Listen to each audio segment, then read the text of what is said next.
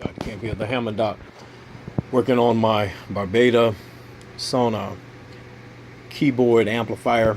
And what I'm doing is I'm installing this fan into my unit.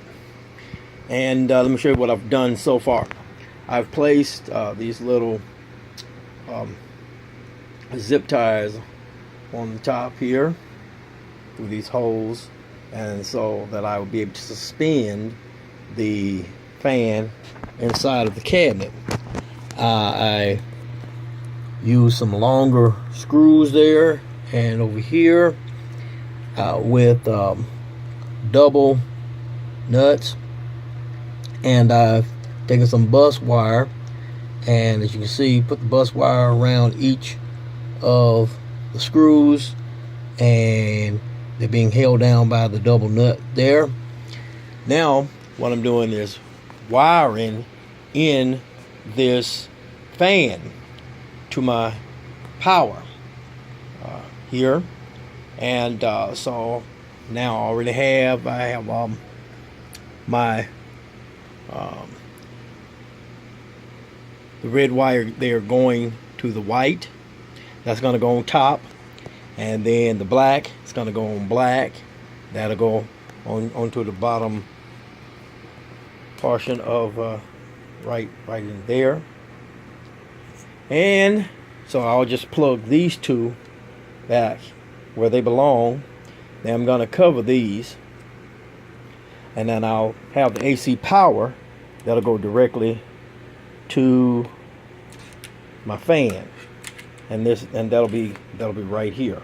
Okay, so this wire here will go directly to the fan, which will be suspended inside of the case.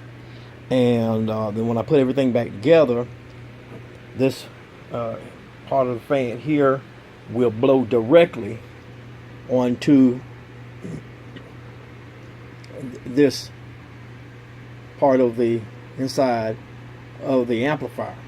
So to try to keep these components as cool as possible, because what has been happening is that there's no air flowing inside of this amplifier, and so when I play, it just cuts off because it overheats. It gets too hot in there.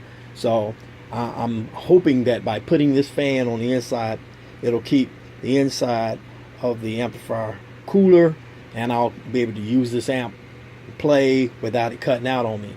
In the past, I've had to use a small fan to blow through this air portal here, but that air portal there is just not enough. It's not providing enough airflow in the interior of the amplifier to keep the components cool enough to continue to keep the amplifier on.